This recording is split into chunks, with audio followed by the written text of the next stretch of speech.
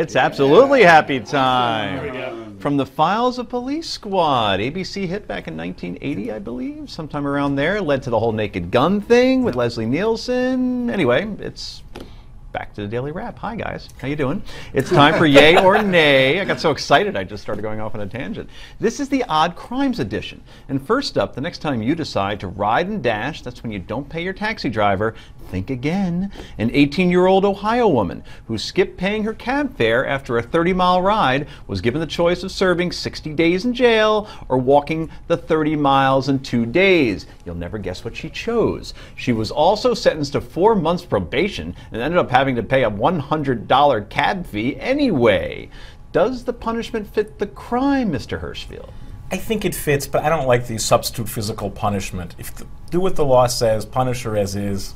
The forced march thing, I don't know, that's like for Japanese prison camps, I think. Wow, clearly Brad never drove a cab before. Knows how hard these people work. I'm fine with it. She chose. She had a choice. She could have gone to jail. She chose to do the walk. I think it was totally appropriate. Yeah, and I think she made the wise choice. Me too. 30 miles in 2 days is not a big deal. Good for you. I hike every day, and I go about 3 miles, and then I begin to feel it in the lower derriere area. And I got to tell you, 15 miles is a lot in one day. It's a 5-hour walk. I guess you spread it out over a day. 26.2 is a marathon. You stop, you have a nice lunch. Okay. So we can all agree that I'm completely out of shape despite said hike. Anyway, the Israeli army retracting punishment today for a U.S.-born Israeli soldier over a pork sandwich. Where are we going with this? The soldier violated the military's kosher rules when he ate a pork sandwich while in uniform. Rutro, the soldier, whose name has not been released, was originally given an 11-day prison sentence that was later changed to an 11-day confinement. I don't even know the difference, and was finally tossed out altogether.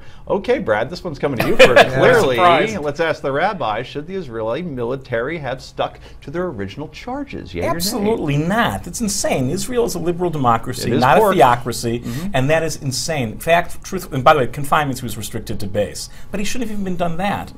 The fact is, you don't restrict people's religious rights that way. So this was a mistake. By the way, I'm not even 100% certain. It's against the Code of Justice there. I didn't have a chance to check. His officer was crazy for even bringing him up on charges, and I'm glad they fixed it up. Heather. Agree with the rabbi. Wow. Oy vey. Oy vey. Well said. I thought you were going to go off on some sort of, BB chant. Say, this is another example. This is of another example.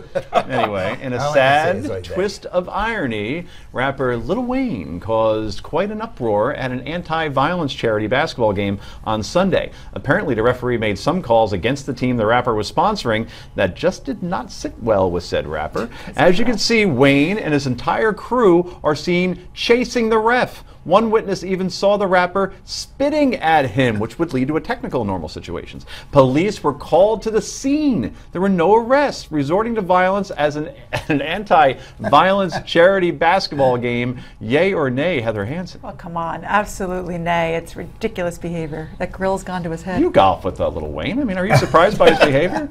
I think he should have had a pork sandwich in his basketball uniform. Well said. Good transition, Brad. And him, I would have jailed for 11 days for doing it. It's shameful behavior. Or kept in confinement, which means you keep on the base. Anyway, finally, streets in India are now a little safer. This after a pigeon suspected of spying for the country of Pakistan was arrested last week. We're being serious here. The pigeon was spotted in a village 2 miles from the Pakistani border with a message stamped on its body written in Urdu. That's the official language of Pakistan. Brad speaks Urdu on the cocktail party circuit, we should mention.